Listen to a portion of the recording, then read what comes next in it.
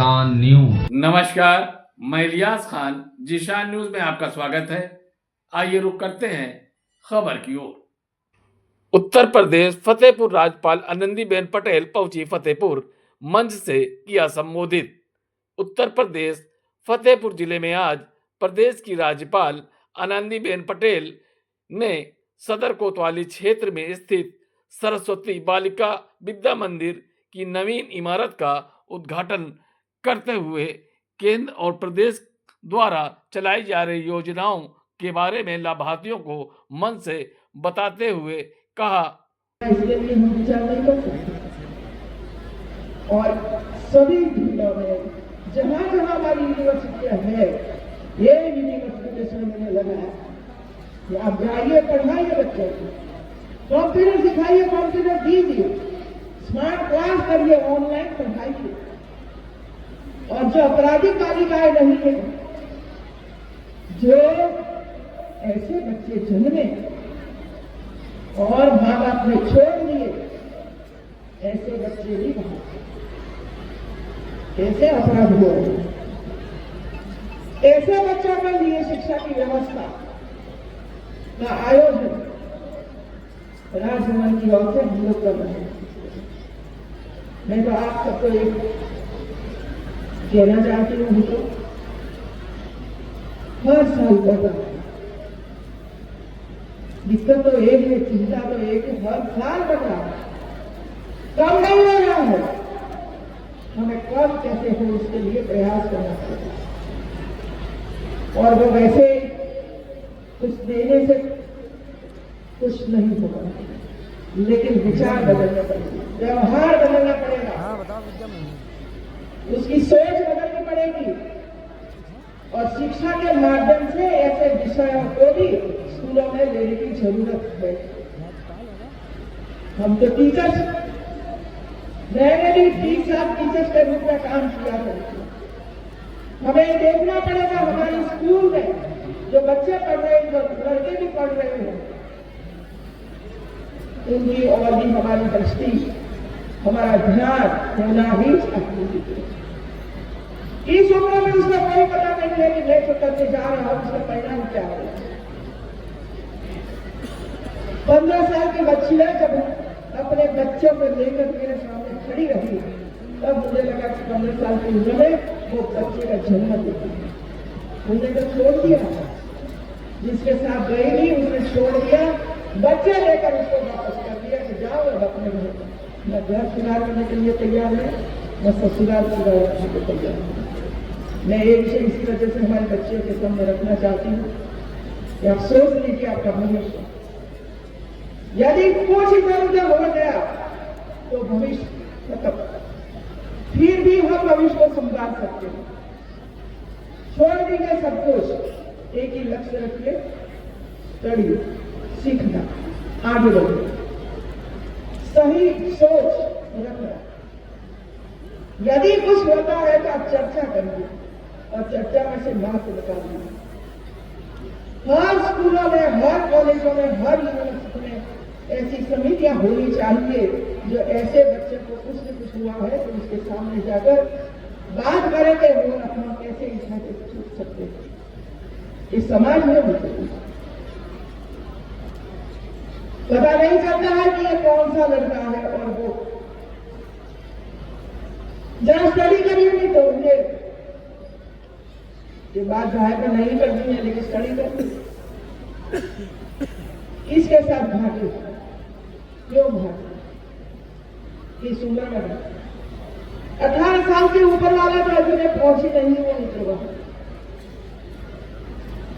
लेकिन जब कोई हाईकोर्ट का जज मुझे कहता है कि मैडम आप देखिए, तब मैंने विषय हद नहीं लिया। आज हमारे कई लाभार्थियों को अलग प्रकार के लाभ दिए गए, इसके पीछे वो ही रहा है। इनकम बढ़ाइए। अधिकारी बच्चे को श्री रविंद्र सिंह जी, पुलिस अधीक्षक श्री अमोद कुमार, मंत्री भारतीय शिक्षा समिति कानपुर, पंकज भाई, भारतीय शिक्षा समिति कानपुर, क्षेत्रीय शारीरिक प्रबंध विद्या भारती उत्तर प्रदेश। सरस्वती विद्या मंदिर इंटर कॉलेज के आनंद भवन बालिकाओं के लिए बनाया गया और अभी इसका संपूर्ण उपयोग हमारी बालिकाओं के लिए होगा।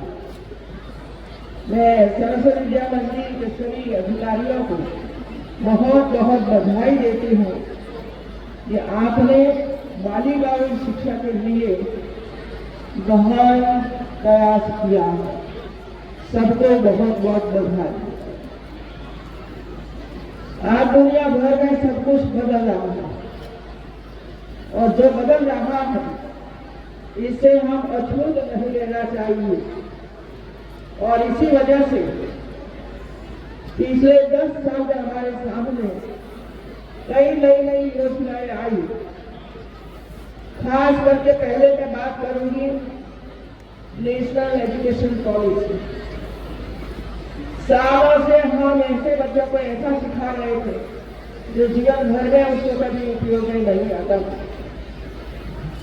मैं भी वही सीखी हूँ और मैंने वही सिखाया है जो भारत सरकार और राज्य सरकारों ने जो अभ्यासक्रम तैयार किया। लेकिन नेशनल एजुकेशन पॉलिसी ने सब कुछ बदल दिया है और इसी तरह भारत भर में चाहे यूनिवर्सिटियां हो, चाहे इंटर कॉलेज हो या तो 6वीं कक्षा से ऊपर पढ़ने वाले बच्चों के लिए, सबके लिए एनईपी का उपयोग आज हो रहा है और हमारे विद्यार्थी धीरे धीरे करके टेक्नोलॉजी के माध्यम से बहुत आगे आ रहे हैं और वो भी जिम्मेदारी हमारी है कि आने वाले समय में हमें हमारे बच्चों को क्या सिखाना होगा और वो ही हमें उसको सिखाना पड़ेगा। दूसरा है हमारे छोटे छोटे बच्चे जो आंगनबाड़ी में आते हैं, शायद पहली बार आपने देखा होगा कि आंगनबाड़ी में 0 से लेकर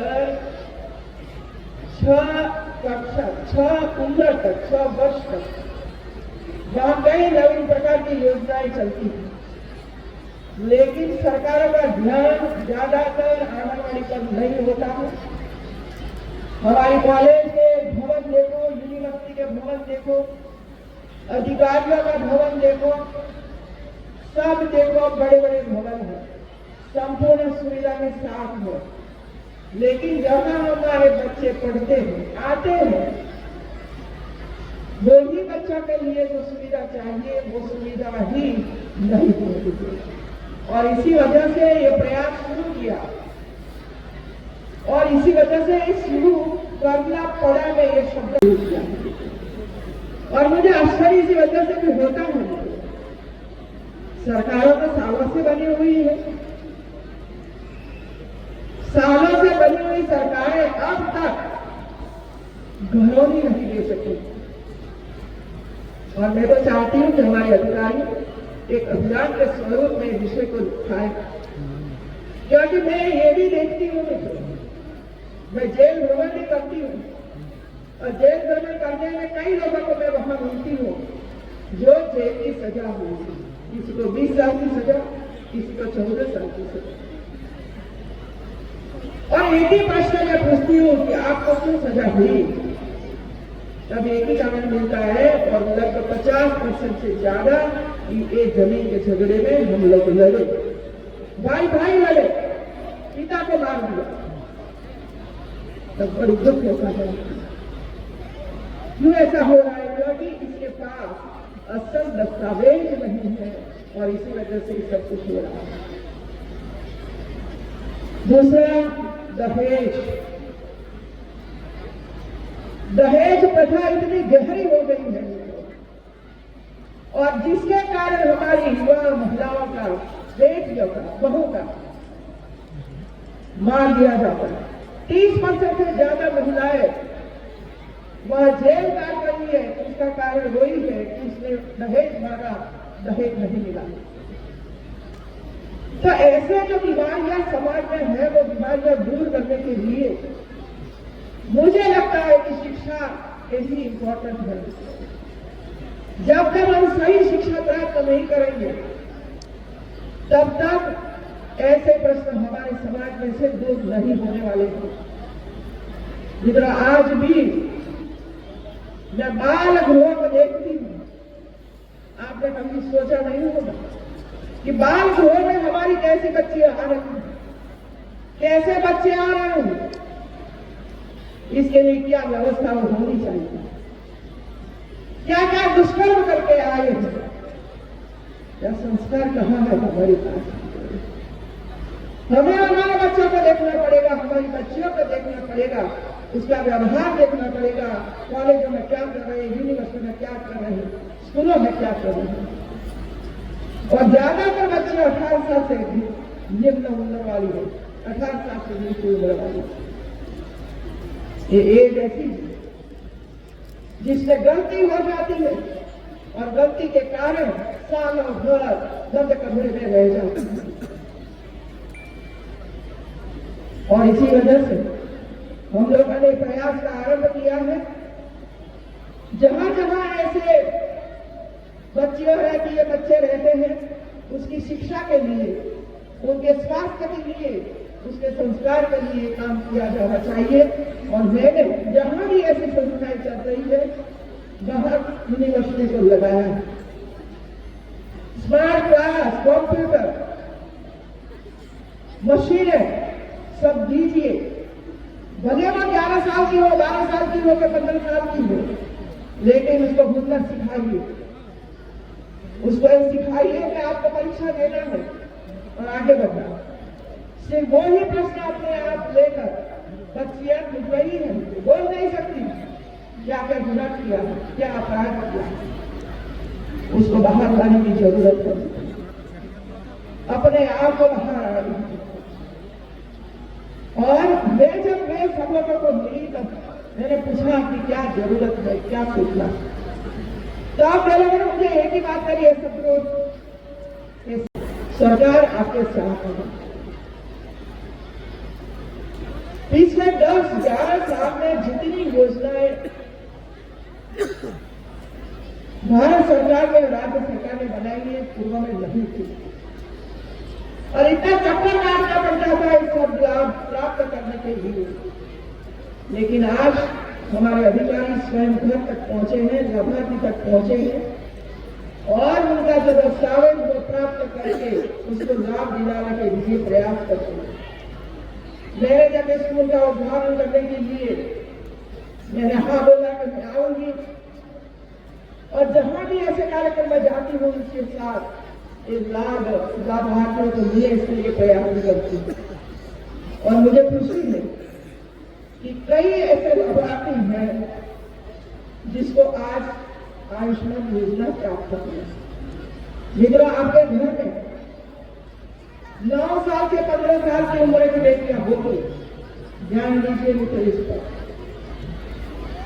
अलग अलग प्रकार की वैक्सीन आज भारत भर में, दुनिया भर में, लेकिन हम पैसे के चक्कर में या तो पता नहीं इसी वजह से 9 से 15 साल की उम्र वाली बच्चियों को हम वैक्सीन कैंसर की नहीं दिला सकते। एचपीवी वैक्सीन आज कई देशों में तो बच्चियों को लेकर मुक्त कर दिया कैंसर में। हम हमारी बच्चियों को मुक्त करेंगे। मोदी ने अभियान चलाया है और अब तक समाज के सहयोग से 40,000 से ज्यादा बेटियों को एचपीवी वैक्सीन दी गई है और ये आज पूरा अभियान चल रहा है। और मैं आज इधर आई हूं तो 2 बातें हमारे डीएम को कहूंगी, जिला अधिकारी भी करें जन सहयोग से। एक तो सरस्वती विद्या मंदिर में जितनी बच्चियां पढ़ती है और इस उम्र की है उसको प्रयास करें, उसको वैक्सीन दे दें। और दूसरा, जिसमें कस्तूरबा गांधी विद्यालय है, शायद 8 से 10 होती है, 700-800 बेटियां इसमें पढ़ती हैं, वहां से शुरू करके एचपीवी वैक्सीन जन सहयोग के दीवार पे काम करेंगे। मैंने दीदी को बुलाकर कहा कि आपकी जितनी भी पुलिस कॉलोनियां है जिसमें पुलिस परिवार रहता है, उस पर हमारा ध्यान नहीं होता है, क्योंकि पुलिस वाले 24 घंटे हमारी सुरक्षा करते हैं। जब हमारी सुरक्षा करते हैं तो हमारी फर्ज है कि उनकी बेटियों की सुरक्षा हम करें। और इसी वजह से डीजी को कहा कि जहां पे ऐसे कॉलोनी में रहते हैं उसका सर्वे करिए और इसमें 15 साल की उम्र वाली बच्चियां रहती है 9 से 15 साल की, उसका लिस्ट बनाइए और एसपी वैक्सीन दिलाने का काम शुरू करिए। तो आज मैं चाहती हूँ फतेहपुर में हमारे एसपी बैठे हैं, पुलिस कॉलोनी इधर भी होगी, 200 बच्चियां या तो 250 बच्चियां होगी। आप जन सहयोग से इसको भी एचपीवी वैक्सीन दिलाने का काम करिए मित्रों, और हमारी बेटियों को कैंसर से मुक्त करवाइए। मेरे में खर्च करते हैं 5 लाख, 10 लाख, 25 लाख, 50 लाख करोड़, इसमें कोई बाधा नहीं आती, क्योंकि समाज में इज्जत बढ़ती है। लेकिन जब हमारी 30 साल की, 35 साल की, 40 साल की बेटी कैंसर से पीड़ित हो जाती है और बच्चे अनाथ हो जाते हैं, तब हमें याद आता है कि कोई एचपीवी वैक्सीन दिलानी होती तो अच्छा रहता, तब हमें ज्ञान आता है। भाई लग्न में खर्च कम करना, लेकिन बेटियों को बचाने के लिए ये काम करते हुए पढ़ाई है बच्चों को। मेरे के लिए प्रोत्साहित मत करिए मित्रों। 2019 में राजस्थान में एक दायित्व मैंने संभाला और धीरे धीरे करके आंगनबाड़ी की विजिट, प्राइमरी स्कूलों की विजिट करने लगी, तब पता चला कि काफी कुछ करने का बाकी है।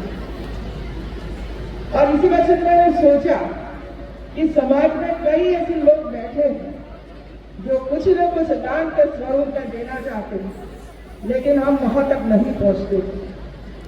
सरकार कितना काम करेगी? सरकार के पास भी हर साल बजट आता है और ये बजट से काम करना भी थोड़ा सा कठिन होता है, क्योंकि मैं भी गुजरात के अलग अलग विभाग संभाल कर आई हूँ। और इसी वजह से जन सहयोग का उपयोग किया।